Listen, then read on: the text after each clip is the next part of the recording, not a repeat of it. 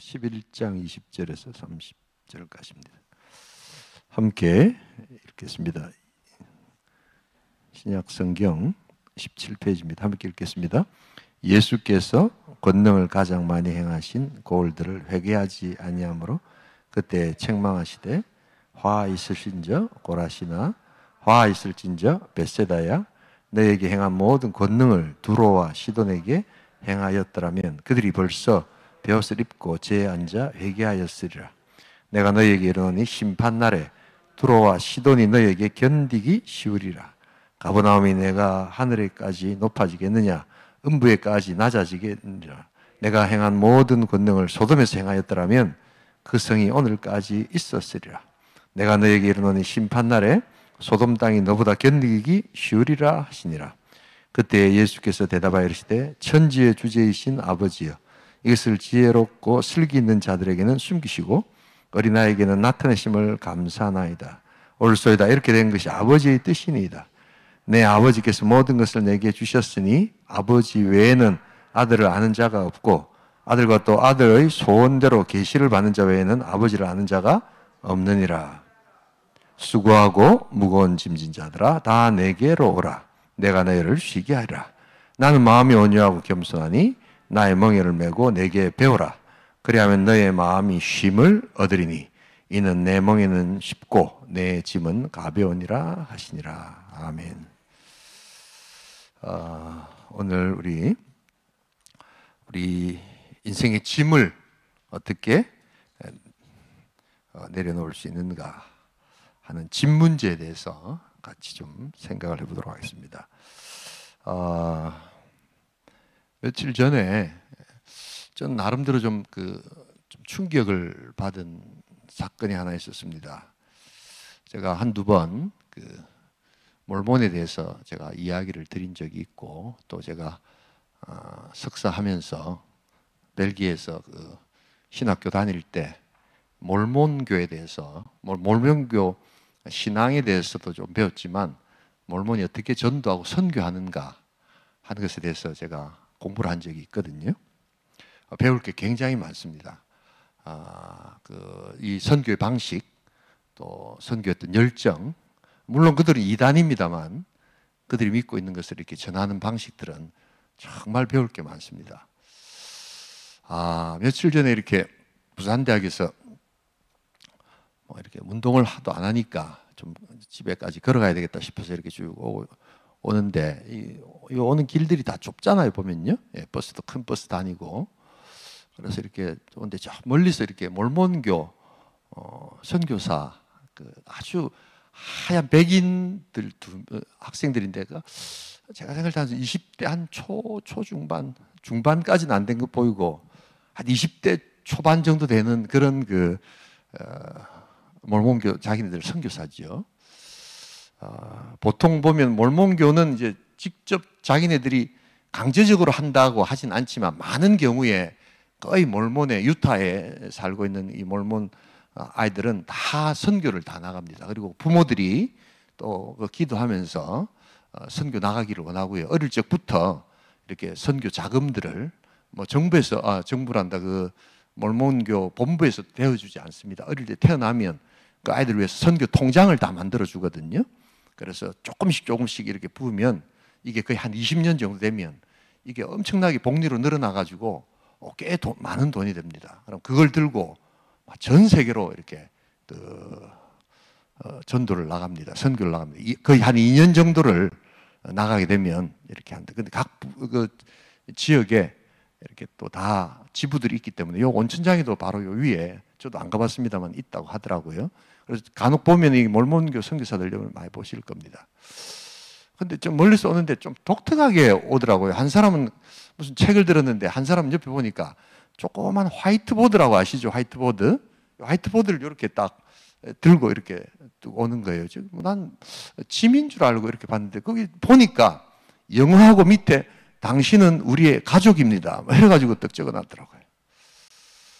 그래서 약간 우리 보통 보면 요즘 데모 비슷하게 할 때 이렇게 무슨 플랜카드 같은 거 들고 하잖아요. 보면요. 이렇게 1인 시위 같은 거 할 때. 그래서 무슨 1인 시위를 하나 하러 이게 보니까 그게 아니고 당신은 우리의 가족입니다. 이렇게 딱 적혀 있는 조금 궁금하더라고요. 왜 저렇게 하나 싶어서. 자, 모른 척하고 이제, 아유, 뭐 내가 좀 인사를 하니까, 급 관심을 보이면서 제가 아마 몰몬교에 대해서 관심이 있는 줄 알고 막 이러는데 한국말을 영 못하더라고요. 굉장히 떠듬거리고. 그래서 니네들 한국말 못하냐니까 자기네들이 여기 온 지가 얼마 안 된다는 거예요. 그래서 지금 열심히 한국말을 배우고 있는데 굉장히 부끄러워하면서 죄송하다고 막 이러는 거예요. 한국말을 못하는데. 나는 미국에서도 오래 살았지만 한국말 못한다고 미국 사람이 저한테 죄송합니다 하는 건 처음 들어봤거든요.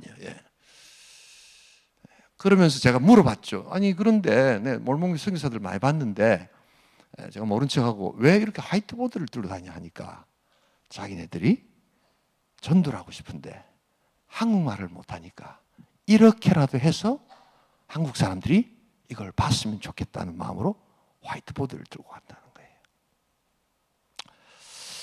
대충 이야기하고 보냈습니다. 굉장한 도전을 받았습니다. 아마 우리 한국에서 어떤 교회에서 담임 목사가 우리 청년들한테 너 그렇게 전도하면 아마 목사 잘렸을 겁니다. 아마. 그래서 누가 시키냐 이러니 그렇지 않다는 거예요. 자기는 여기에 전도하러 왔고 자기는 선교하러 왔는데 한국말은 지금 열심히 배우고 있는데 어렵다는 거예요. 그런데 전도라도 해야 되기 때문에 화이트보드에다가 이렇게 써가지고 이렇게 누가 그걸 보겠어요. 내니까 이렇게 보지. 누가 그걸 열심히 쳐다보고 그냥 보겠어요. 그런데 그렇게 하면서 그 사람들이 문화를 익히고 자기네들이 전하는 복음에 대해서 우리가 보기에는 가짜 복음이지만 그들이 전하는 복음에 대해서 그들은 확신을 가지게 되더라고요. 그런데 그런 사람들이, 그런 청년들이 한두 명이 아니라 전 세계에 그렇게 몰몬을 전하고 있습니다. 그래서 지금 미국 통계 보면 이 몰몬도 전체적으로 기독교에 잡혀 있거든요. 기독교 통계 안에 우리는 기독교라고 생각하지 않는데 세상 사람들 봤을 때는 이제 기독교라는 통계 안에서 미국에서 제일 급성장하는 첫 번째 기독교가 몰몬입니다, 여러분. 그래서 우리 흔히 말하는 장로교, 침례교는 좀 안 그렇습니다만 우리 미국에 가면 장로교라고 우리 있죠, 지금요. 다 동성연애, 막 그냥 차별, 뭐 금지법 비슷한 이런 것들을 만들어 가지고 교회 가면 사람이 없어요. 그리고 막 희한한 소리 하고 정치적으로도 아주 이상한 소리 하고 목사들이 먼저 앞장서서 동성애자들 뭐 이렇게 하고 뭐 이런 것에 대해서 교인들이 아무런 이야기를 하지 않습니다. 그래서 교회가 텅텅 비어 있는데 몰몬은 그렇지 않습니다. 우리가 보기에는 분명히 가짜 복음이고 그리고 분명히 잘못된 것인데도 세상 사람들은 그런 곳에 찾아갑니다. 놀랍지 않습니까? 마치 우리는 우리의 복음이 전부인 양 이야기하지만 이걸 전하지 않고 올 테면 오고 갈 테면 가라 라고 이야기할 때 사람들은 오지 않습니다. 저는 알고는 있었지만 이 정도로 계속해서 또 다음 세대들이 물론 그 어디 뭐 몰몬이라고 열에 10명 다 전도하러 나간다고 다 좋아했겠어요? 저는 그렇게 생각하지 않습니다. 그러나 많은 경우에 이 몰몬교회 청년들은 전 세계로 한 2년 정도 우리 군대 가듯이 남자고 여자고 나가서 복음을 전합니다. 그리고 자기 말을 못하는 그 줌에는 그냥 저 같으면 언어 공부를 하고 나올 것 같은데 그게 아닌 거예요. 화이트보드를 들고서라도 나가서 자기의 복음을 전하는 겁니다. 전 대한민국의 고신교단 장로교 목사로서 이제 목회를 30년 넘게 했지만 정말 많은 것을 생각했습니다. 그리고 우리는 지금 어떻게 복음을 전하고 있는가? 정말 바른 복음, 하나님께서 주시는 유일한 복음, 오직 예수의 십자가 복음이라고 말은 하지만 그런 열정을 가지고 우리는 이 복음을 전하고 있는가? 정말 사역자라고 하면서 우리 하나님의 종들이라고 하면서 소위 말하는 그들은 그 몰몬교의 다음 세대들이 이방 땅에 와서 한국말 못해서 죄송해요 뭐 이러면서 나는 미국 사람이 한국말 못한다고 저한테 죄송하다는 이야기를 듣는 게 처음입니다. 예. 미국 사람들은 전 세계에 다 영어만 하는 나라만 있는 줄 알지, 그럼 미국 사람들이 얼마나 언어에 교만한지 모릅니다. 다른 나라 말을 아예 할 줄을 모릅니다. 어디를 가도 다 영어를 쓰기 때문에. 그리고 영어 한마디 해보려고 막 난리를 피우는 사람들이 수두룩한데, 한국말을 못해서 죄송하다는 그러한 선교사의 말을 들으면서 그들의 태도, 그들의 자세에 저는 도전과 또 그리고 내가 섬기는 교회와 우리들의 모습들을 정말 많이 생각해 보았습니다. 뭐 내일 당장 우리가 그렇게 해야 된다는 건 아닙니다만, 왜 그들은 예수 그리스도 십자가 그 하나님의 능력과 영광을 모르지만 왜 저렇게 열심히 저렇게 복음을 전할까? 누가 강제로 시킨 것일까? 강제로 시켰다면 화이트보드를 들고 나와서 전할 마음이 있었겠는가? 오늘 우리 예수님은 이 마태복음 10장, 11장이 의외로 설교가 잘 안 되는 본문입니다. 그러나 사실은 예수님께서 가장 전성기 때 그분의 메시지를 사실은 이 10장, 11장, 12장이 이렇게 전한다는 측면에서 예수님이 가장 전하고 싶었던 메시지, 예수님이 가장 강력하게 말씀하시는 메시지, 그 중에 하나라는 것을 기억할 때 10장, 11장, 12장 이것은 그냥 넘길 수 있는 그러한 본문들이 아니다. 오늘 우리 예수님은 우리들에게 참된 쉼이 무엇인가, 왜 우리가 나아가서 복음을 전하고 왜 우리가 그들에게 예수를 전해야 되는가 하는 것에 대한 분명한 이유를 오늘 우리에게 이야기하고 있습니다. 인생은 고해다라는 말이 있죠. 그래서 인생은 그냥 그 자체가 고통의 바다다라고 이렇게 이야기합니다. 이것은 불경의 이야기가 아니라 우리 모든 인생을 살아가는 사람들이 대표적으로 이렇게 다 인정하는 하나의 사실입니다. 쇼펜하우어는 인생을 콩밥이라고 이렇게 비유를 했습니다. 뭐 독일 사람들이 밥을 잘 안 먹습니다만 이런 어떤 그 밥에 이렇게 비유를 하면서, 여러분 쌀 같은데 밀 같은데 이렇게 콩이 몇 개 들어가 있잖아요. 그게 행복이라는 겁니다. 나머지는 다 불행인데 불행 중에 하나 둘 있는 것이 그게 행복이라는 겁니다. 그래서 하얀 쌀에다가 콩이 이렇게 몇 개 있는 것을, 여러분들 콩밥 좋아하세요? 콩밥은 이렇게 유치장에서나 먹는 거라고 생각하는데 또 이렇게 콩이 몸에 좋기 때문에 한 번씩 먹지 않습니까?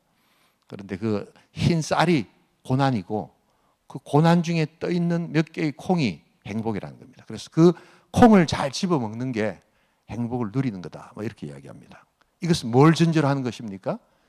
행복보다는 훨씬 더 우리 인생 가운데는 불행과 아픔이 더 많다는 것을 의미합니다. 그래서 사실은 살아가다 보면 문제 없는 사람들이 없습니다. 문제 없는 척하지만 어떤 형태로든지 우리는 다 한두 가지 또 치명적으로 문제들을 가지고 있습니다. 우리 중고등부는 중고등부대로 나름대로 가지는 어려움들이 있고요. 그래서 문제가 또 해결되어서 대학을 가면 모든 게 다 해결될 줄 알았지만 대학 가면 또 대학 나름대로 또 문제가 있고요. 그리고 또 직장을 가고 결혼을 하면 다 그 시기에 맞게끔 또 이렇게 문제가 있더라고요. 저는 이제 자녀들을 다 직장에 보내고 결혼을 시키고 뭐 이러면서 이제는 뭐 인생에 문제가 없지 않겠나 생각했는데 이 손녀가 태어나니까 손녀가 또 다칠까 봐 염려가 되더라고요. 보니까요. 이 아들 다치는 것보다 딸 다치는 것보다 마음이 더 아파요. 보니까요. 손녀 안 나보셨죠? 예. 너무 예쁩니다. 진짜. 우리 아들 딸을 이렇게 예뻤나? 별 생각이 없어요. 보니까요. 그때는 교회만 생각하고 그냥 막 아침부터 새벽기도 하고 막 교회 신방 다니고 그런다고 해가지고 이렇게 아이를 이렇게 오랫동안 안아보고 했던 적이 별로 없었던 것 같아요. 근데 이제 조금 나이도 들고 하니까 이렇게 손녀를 이렇게 키우면서 얘가 다치면 어떡하나? 얘가 이렇게 아프면 어떡하나? 막 엄청 걱정이 돼요. 거기다 또 제가 말씀드렸잖아요. 우리 딸이 아빠 정말 캐나다에 너무 지금 아이들 교육이 너무 이 인본주의적인 교육, 이런 어떤 그 좌편향된 교육이 많아가지고 이 조그만 꼬마들이 중등 잘 들었어요. 실제로 어린이집 가면 꼬마들이 자기가 남자인데도 선생님 나 여자로 불러주세요 이러면 선생님들이 여자로 불러야 됩니다, 여러분. 이게 법입니다, 법. 많은 분들이 너무 이런 거를 뭐 그런 일이 있겠나, 뭐 그때 가서 생각하지라고 하는데 실제로 그렇습니다, 여러분. 3040 정말 잘 들으세요. 우리 딸이 그래서 이거를 나한테 이야기하지 말고 성아야 가기 전에 우리 3040한테 이야기를 좀 해라. 우리 3040들이 이런 이야기하면 정치 이야기한다. 막 그냥 목사님 보수지요 뭐 이러는데 이게 정말 현실의 문제라는 것을 꼭 이야기해라. 뭐 했는지 모르겠어요. 그래서 자기가 걱정이 된다는 거예요. 당장 이제 그 캐나다에 이 어린이집을 보내야 되는데, 캐나다도 그런 데가 있거든요. 근데 거기 가면 이 애들이 아무 내용도 모르고 집에서 엄마 아빠가 그러니까 자기도 막 웃으면서 자기 여자인데 나 남자로 불러주세요. 그러면 선생님들이 그 조그만 꼬마 보고 다른 말 하면 안 됩니다. 그대로 불러줘야 됩니다. 근데 꼬마가 집에 가서 엄마 우리 선생님이 나보고 남자로 부르려 했는데 여자로 계속 불러 이러면 정말로 문제가 돼서 경찰이 이걸 뭘 써야 됩니다, 여러분. 그리고 한두 번 쓰다 보면 그 좋은 직장 잘립니다. 우리 딸이 목사 딸이고 자기가 이제 정신이 드니까 염려를 하는 거예요. 뭐 다른 방법이 없지 않습니까? 안 그러면 전부 다 이제 홈스쿨링을 해야 되는데 이 홈스쿨링이 간단한 게 아니거든요. 이미 캐나다는, 이미 미국은 엄청난 좌편향적인 그러한 나라가 되었고 거기에 무슨 신앙이 있고 그래서 하나님이 남자와 여자를 만드셨어요. 그리고 하나님께서 아름다운 가정을 주셨어요. 이런 것 자체가 여러분 먹히지 않는 것입니다. 얼마나 염려가 되는지. 저도 말은 들었습니다만 우리 딸이 그렇게 걱정할 정도니까 새벽마다 하나님 정말 우리 손녀 지켜주시고 이렇게 하다가 자연스럽게 어디 기도 제목이 나오느냐, 우리나라를 좀 지켜달라고. 아직까지도 이런 것에 대해서 전혀 생각을 못하고 그냥 세상은 세상대로 교회는 교회대로 그렇게 뭘 할 거를 생각하면서 이런 이야기를 하면 정치 이야기를 한다고 그렇게 이야기하는, 그러면서 벌떡 일어나서 밖으로 나가버리는 이런 우리 교회 모습 가운데서 하나님 정말 이 나라, 이 민족을 도와달라고 정말 그렇게 염려하고 기도합니다. 신앙에서 참된 쉼이라는 것은 뭘까? 사람들은 힘들어하죠. 그런데 우리 예수님은 자신에게 오면 쉼이 있다 이렇게 이야기를 합니다.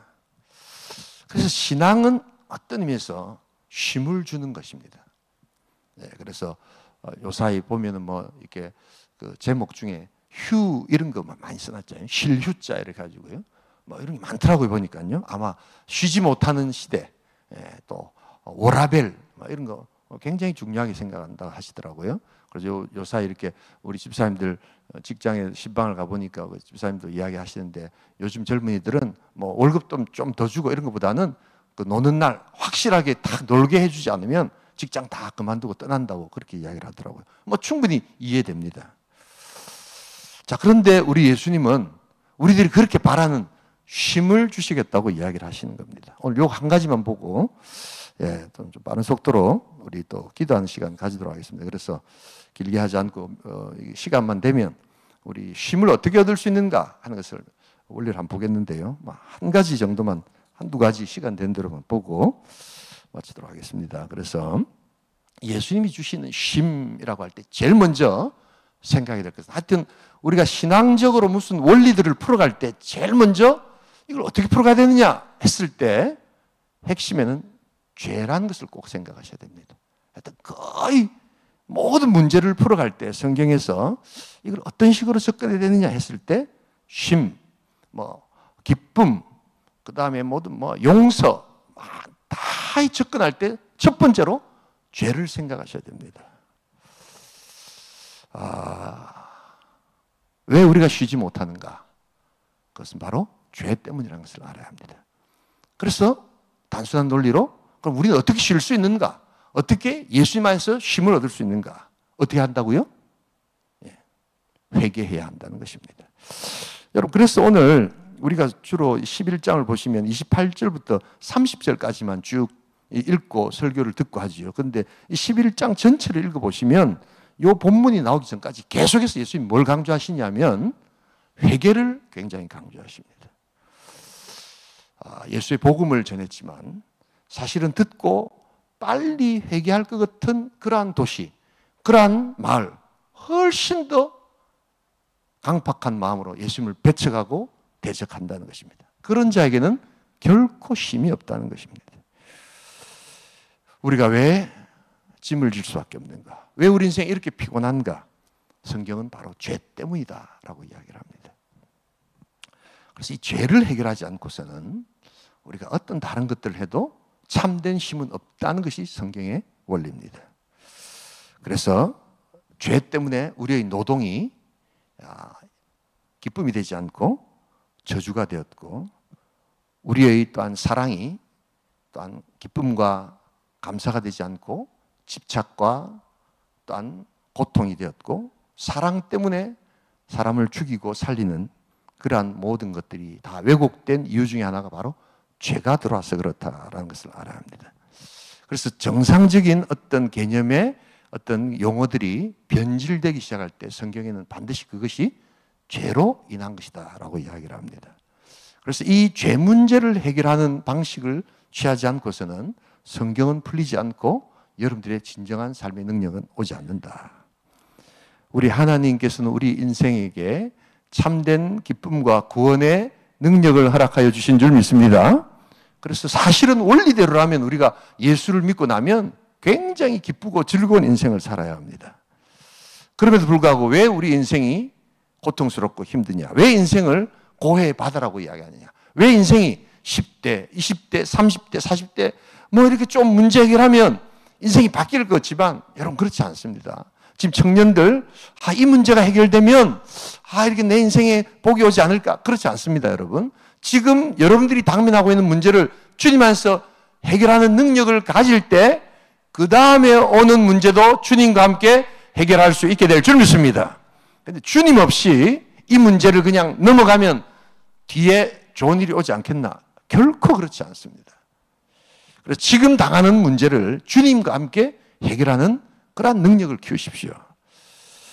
여러분, 그렇기 때문에 하나님께서는 인생을 선물로 주셨고 즐겁고 복된 시간을 주셨는데 왜 나에게는 신앙생활하면서 왜 이렇게 힘든가? 전혀 기쁨이 없는가? 그것은 바로 주님과 함께 그 죄 문제를 해결하는 방식을 경험해 보지 못했기 때문입니다. 오늘 이 예수님은 이야기하십니다.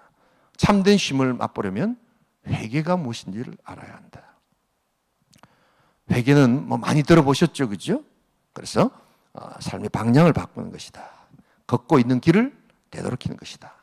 그래서 나에게 회개가 없고 또한 나에게 기쁨이 없다면 내가 지금 생각하고 있는 생각의 방식, 내가 지금 대하고 있는 삶의 태도 이런 것들을 점검해 보셔야 합니다.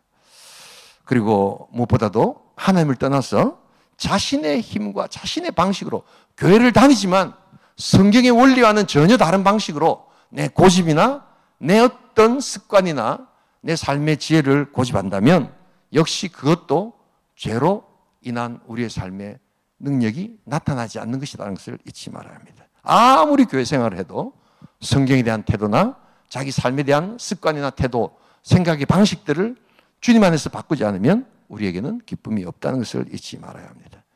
그렇게 회개란 어떤 감정보다는 의지적 결단, 바로 의지가 동원되지 않는 회개는 일시적일 수밖에 없다는 것을 알아야 합니다. 우리는 회개 이러면 눈물을 많이 흘리고 뭔가 감정적으로 변화를 일으킨다고 생각하지만 그 변화를 일으킨 감정은 또 다른 감정의 변화로 인해서 또 다른 변화로 바뀐다는 것을 잊지 말아야 합니다. 여러분, 그래서 우리 예수님께서는 오늘 회개하지 않는 세 도시에 대해서 20절부터 쭉 설명을 해놓고 계시죠. 20절, 21절 설명하지 않겠습니다. 이런 그 세 도시는 충분히 회개가 무엇인지도 알고 회개 방식도 알지만 오히려 회개에 대해서 거부하고 있는 그러한 자들이다. 교회 생활들을 하고 기적을 체험하고 은사를 체험하고 또한 어릴 적부터 신앙을 배워왔지만 그리고 많은 물질의 축복도 받았지만 진정으로 하나님께서 이런 것들을 나에게 은혜로 주셨다는 것을 우리 깊이 인정하고 돌이키지 않을 때 우리에게는 쉼이 없다는 것을 잊지 말아야 합니다. 무엇보다도 우리가 이제 예수님과 함께 그래서 인생의 쉼을 얻으려면 이 회개와 더불어 이제 예수님을 통해서 하나님을 좀 경험하셔야 합니다. 내 삶의 방식과 태도가 잘못됐다면 이제 참된 쉼을 위해서는 하나님을 좀 만나고 찾아야 합니다. 그런데 그 하나님은 오직 예수 그리스도만을 통해서 만나게 될 줄 믿습니다. 우리 이거 마지막으로 한번 보고 우리 같이 한번 또 기도하도록 하겠습니다. 27절 같이 읽겠습니다. 한번 27절 올려주실래요? 함께 읽겠습니다. 내 아버지께서 모든 것을 내게 주셨으니 아버지 외에는 아들을 아는 자가 없고 아들과 또 아들의 손대로 계시를 받는 자 외에는 아버지를 아는 자가 없느니라. 이게 무슨 말이죠? 다시 한번 읽어볼까요? 하나님을 만나야 되는데 하나님을 만나려면 예수 그리스도를 통해서 만나는 것, 바로 이것이 11장 27절의 말씀입니다. 다시 한번 읽어보겠습니다. 내 아버지께서 모든 것을 내게 주셨으니 아버지 외에는 아들을 아는 자가 없고 아들과 또 아들의 소원대로 계시를 받는 자 외에는 아버지를 아는 자가 없느니라. 하나님을 알려면 예수님을 알아야 되고 예수님을 알 때 하나님을 알게 될 줄 믿습니다. 이것이 바로 우리 그리스도의 신성. 그렇기 때문에 예수를 만나는 것이 하나님을 만나는 것이고 하나님을 만나는 것이 예수를 통해서 만나는 것이다 라는 것을 알아야 한다는 것입니다. 몰몬교가 왜 문제가 있습니까? 몰몬교는 항상 그렇게 이야기합니다. Do you want to study Bible more? Do you want to study Jesus Christ more? 이렇게 이야기합니다. 이게 뭐냐면 성경 공부, 유타 이런 공항에 가면 영어로 크게 적혀 있습니다. 곳곳마다 그렇게 되어 있습니다. 성경에 대해서 더 알기를 원하십니까? 예수님에 대해서 더 알기를 원하십니까? 이 뭐라는 말이 더라는 뜻 아닙니까? 그죠? 여기에 이제 함정이 있습니다. 우리도 다 예수님 더 알고 싶고 성경이 더 알고 싶죠. 안 그래도 모르는데 더 알고 싶잖아요. 그죠? 그래서 딱 가면 성경은 조금 가르칩니다. 그리고는 이제 조셉 스미스라는 사람이 받은 몰몬경이라는 것이 있습니다. 이걸 통해야지 진정한 구원을 얻을 수 있다라고 해서 이제 다른 것을 가르칩니다. 그리고 예수를 이야기하지 않습니다. 여러분, 그게 바로 이제 이단입니다, 여러분. 그래서 예수를 아예 모른다 하지 않습니다. 그런데 예수님과 더불어 뭘 좀 더 해야 되지 않겠나? 성경 말고 조금 더 다른 것도 좀 배워야 되지 않겠나? 라고 할 때 그것이 바로 뭡니까? 이단입니다. 우리는 성경을 믿습니다. 그런데 성경에 무엇을 믿어야 합니까? 이제 우리 온천교회 성도들은 적어도 여기서 끝나면 안 됩니다. 성경이 몇 권입니까? 요즘 우리 직분자들 신방하면서 이야기합니다. 어떤 사람은 성경 한 권입니다. 이러면서 맞습니다. 예. 어떤 사람은 신약, 구약 두 권입니다. 예, 굉장히 많이 알죠. 근데 적어도 이제 우리 교회 직분자 정도 되시면 성경은 66권의 하나님 말씀입니다. 이런 정도는 나와야 된단 말이에요. 예. 그래서 그들은 성경 말고 또 다른 것. 그래서 우리는 성경을 66권만이 하나님의 말씀입니다. 성경의 충분성을 믿을 수 있기를 소원합니다. 그래서 66권이면 예수를 알고 하나님을 아는 모든 영적인 지식이 이 안에 다 들어가 있다는 것을 믿는 믿음. 이런 믿음이 필요합니다. 성경의 충분성을 믿지 않는 그러한 직분자들이 있습니다. 여러분, 그래서 우리가 예수님만을 통해서 하나님을 만날 수 있기를 소원합니다. 그때 하나님께 주시는 우리의 쉼이 있다는 것을 알아야 합니다.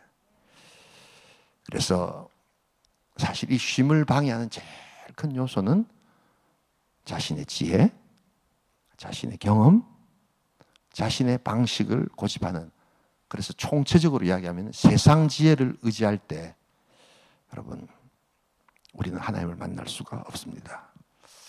하나님을 만나는데 가장 큰 방해는 뭐냐?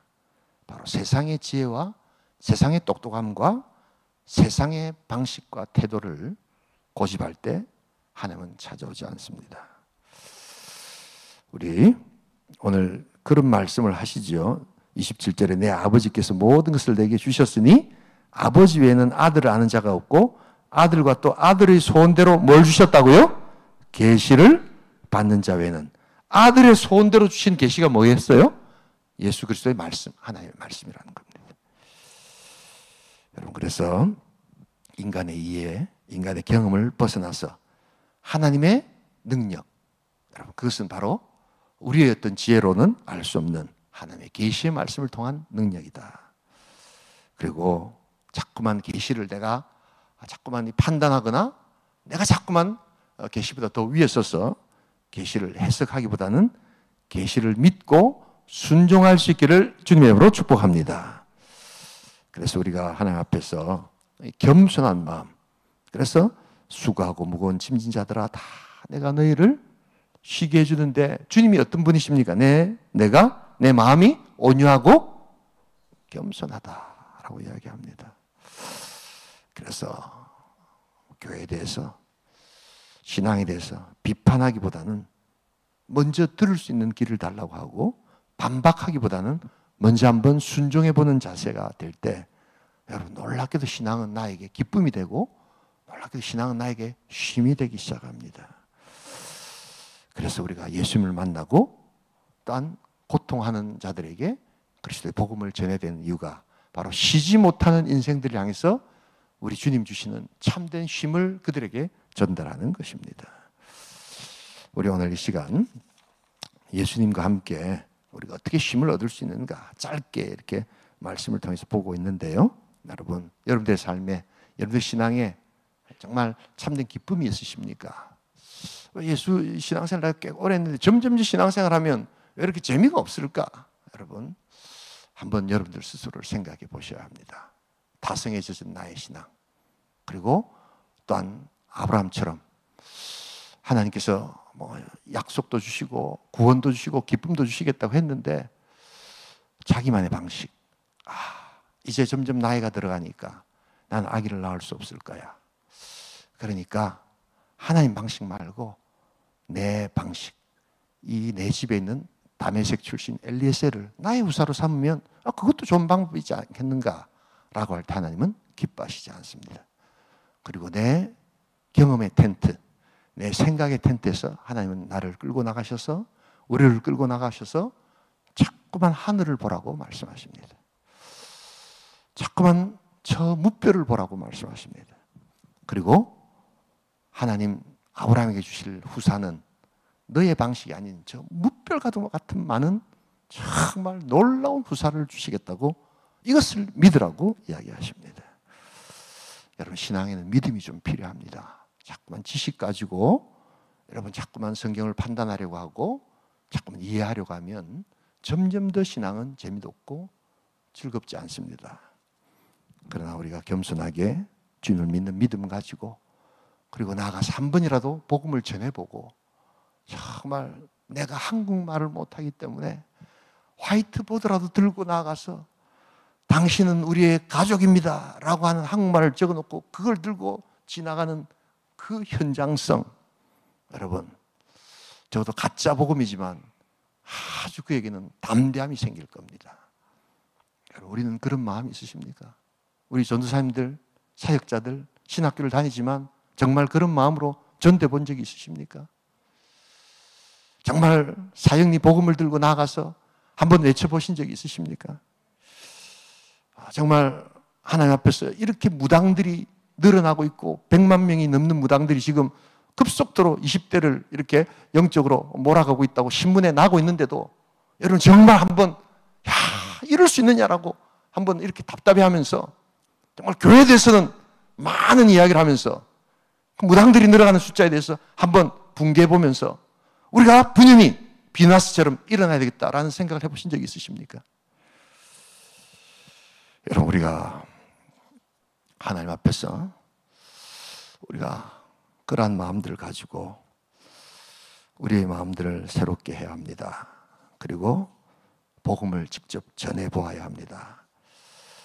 그리고 그것이 고통받고 힘이 없는 인생들 가운데 어떻게 전달되고 어떻게 큰 위로가 되는지, 그 답은 그 복음을 받았던 자기 자신이 제일 잘 알 것입니다. 오늘 우리 함께 한번 기도하기를 소원합니다.